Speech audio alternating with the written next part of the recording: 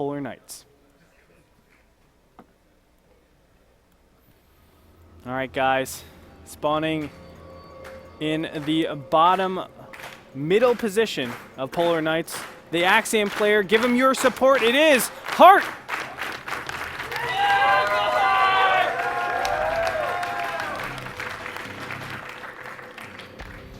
And the opponent of Hart, he's spawning in the top middle position, the Red Terran.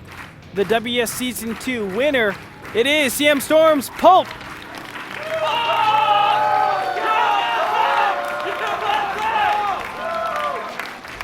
And Polar Knight is dark and full of Terrans, Andre. Who do you think will come out in this game? I don't know, man. It's difficult. I mean, obviously the big favorite is Polt in this position. But anything can happen, and I am rooting for Hart a little bit because, you know, we really haven't been able to see what he's capable of. So far, Polt has been able to shut down any aggression that we see from our Axiom player. And the main thing that we should focus on is how aggressive he's been the last 2 games. I mean, he's really been trying to put the pressure on in that mid-game stage. He takes more of a passive route in the beginning and then tries to macro. Yeah, he has a little aggression here and there, but overall, he tries to just get his economy, and then from there, really puts on the pressure before 3 base really starts up. And you definitely can't count Hart out. He's had pretty good openings, in my opinion, in the last 2 games. I would say both games he was in a winning position. Well, a winning position against any other Terran besides Polt, because when Polt's behind, that's when he's actually ahead. Yeah, it almost seems like that, right? I mean, it's just amazing how Polt is. It's just so basic. It's fundamental. But at the same time, it's so complicated with finding out. Like, it's like he has a map hack, but he's sending out small groups of units to just check where his opponent is, and then he adjusts accordingly.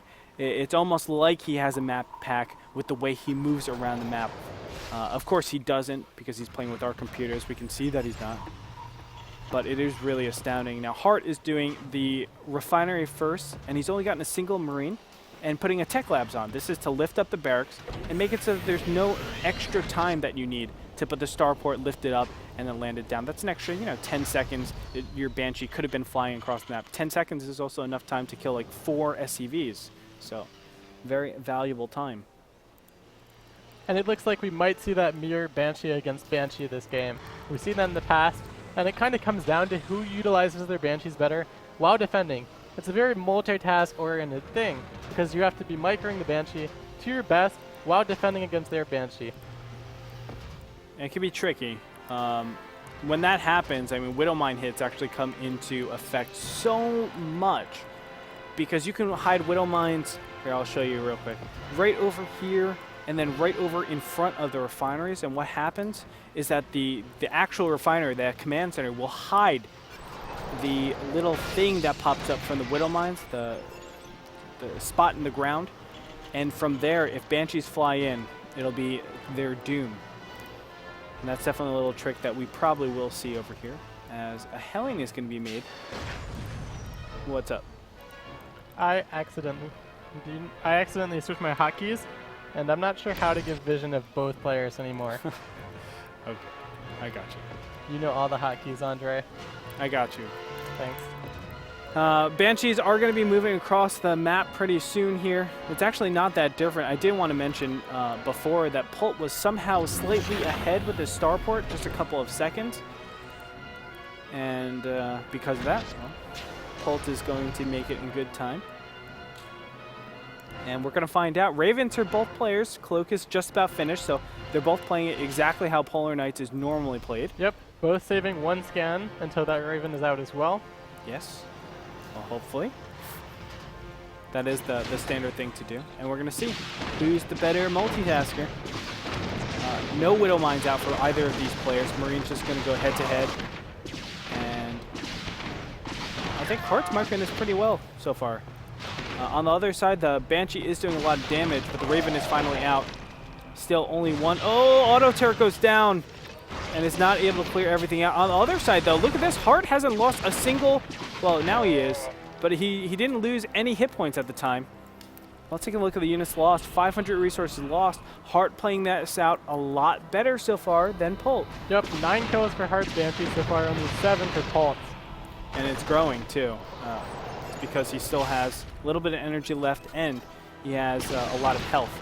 And now he will kill an extra Marine and just back off because he knows the Viking's out. And you can do that because, well, you're doing mirror builds. So you know when you're making your Viking, that's the same time your opponent will have the Viking out. So it's a really easy way to adjust and see what's going on. Hart with a slightly faster orbital on that second command center to just give him the meals a little bit earlier. And so far, I mean, I would say Hart has the slight advantage, but it's nothing too major. And as you said earlier, this is the position that Polt actually loves to be in. Yes, he's behind, but he's secretly ahead because of how good he is playing from behind. But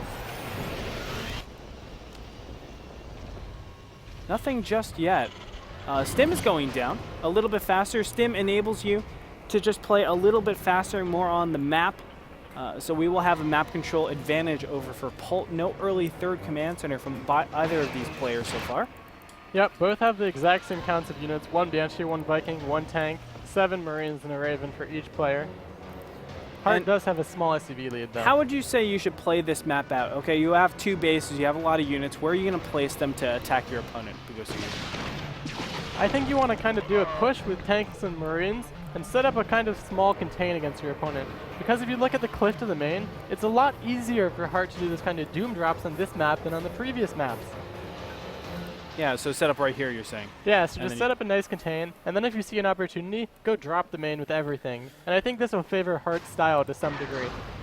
Yeah. No, I definitely agree to that. The only problem is, like, because that's such a huge point of contestation, you can even see that, hey, please drop me over here. Polt and Hart should both be defending this wide area. If this is ever given up, it's going to be a little bit difficult for the defending Terran to actually come back from that, just because the positional advantage will allow you to siege up, as you said, Ghost User, on top of all of the production facilities. We do have Hart moving out first, scanning and picking off that Banshee, but now Polt is going to move out. You can see he's reacting. He doesn't want that position to be given up. So really nice play so far by Polt. And you can see he really knows how to play out this map. Still no third command center being put down, just constant production by both of these players. And do you ever think this is a map where you just stay on 2 base? Like, why aren't we seeing a third command center super early? Well, Hart, sometimes the style just favors a later third command center, as we saw in the previous game. Polt, though, I think he's just playing it because last game Hart took such a late third. He wants to make sure he's safe against any kind of pressure. Polt is moving out, trying to claim a watchtower. That's going to go through this. Ooh, auto turrets are going to be dropped down for both these players, and there's so many siege tanks for Polt. He's going to be able to just burn through the rest of the army, killing every single siege tank without losing a single one for himself. Now killing the Vikings. I don't know how he breaks a sieged up position in the middle of the map. Like, that doesn't make sense to me. The auto turrets were plentiful for both players, but Polt able to just micro that a little bit better. Now Banshee over here on the side. I think the biggest story of this series so far is that Hart just isn't as careful with his tanks as Polt is. We've seen numerous times Hart losing siege tanks in one way or another, and Polt just retains his tanks a lot better, and because of that he's able to take fights in better positions. Yeah, 5-2 at this point in terms of tank count. And yeah, I think you're absolutely right. I mean, you saw that for sure on Yonsu, where Polt was able to grow that tank count continuously and then overwhelm his opponent at that end stage and just muscle his way onto the map rather than doing some finesse play, you know, like a drop play, trying to displace units. Polt is just on top of his TVT, man. And now we have a confrontation in the middle of the map yet again.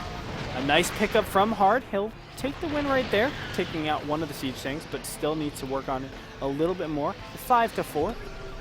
Polt needs to be careful with these kind of pushes he's doing, though, because Hart does have the Marine lead, and the Marine lead is what matters most in these situations. Well, we're going to see a sieged up Polt, and he takes out another siege tank, and he has the Zellnager Tower here to help out a lot. I don't think this... Whoa, It does go down before this siege tank. And a couple of Hearts units will be rallied in, but there is a drop in the back of the main base that will be promptly taken out. Cloaked Banshee in the natural Polt, though, is getting more kills. Just took out a depot. I think it took out the refinery and has been killing SCVs as well. And Polt just going to drop back because he doesn't have enough support units. Still both these players on 2 bases. Polt has his 3rd command center. Do we have a 3rd command center over for our other Terran player? No, we do not. So things aren't looking so great for Hart, as he might be witnessing a small deficit. Let's take a look at the upgrades. 1-0 for Polt, and it is 1-0 for Hart, so equal upgrades. And Hart is starting his 3rd base now, and somehow Hart's at about a 10 supply lead here, which is kind of nice. He's up 20 Marines against 11, even though he's a siege tank disadvantage, he also has a slight worker lead. I think it's coming down to his worker lead, honestly. That's not that big of a deal, though, because Polt's earlier command center gives him more mules. That's true. Well, now it is, right? Like, he just got the command center, or the orbital command center. It's not been for a long time. I think Polt should be able to catch up, and you can see his bank kind of insinuates that we will be seeing a much more aggressive production line. Hart's good at making Marines, though. Somehow he always makes more than Polt in these last few games. I agree.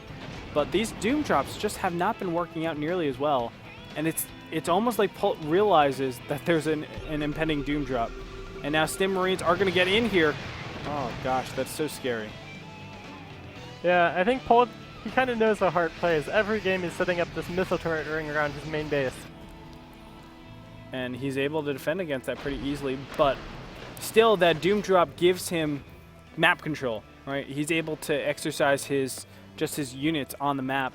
And that's really nice for Hart, especially in TVT. I mean, if you have the better position, you will normally have the win.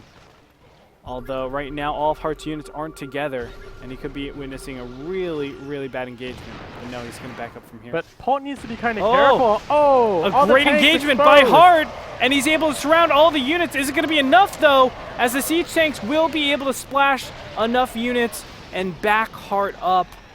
That's where Hart is using his advantage in Marines, but he does witness right now a 10 Marine deficit. It's still not that bad. He has secured a siege tank lead, though, which is actually the first time in the series that he's gotten more tanks. Yeah. Command center is going to be thrown down over in the mid left-hand position. Polt still not able to use his 3rd command center the way he wants to. Of course, over here on one of the patches, or over here, or even in the back right-hand corner. And I like how Hart's playing out this game so far. He's taking pretty good map control in the early mid-game, which should theoretically help him set up good fights and let him do some good moves. Maybe sneak a medevac drop in here, maybe set up a better siege tank line there. Yeah, I mean, that's really what taking map control is all about, right? You're able to set those up a lot more effectively. Ooh, Polt takes a big shot on his siege tank.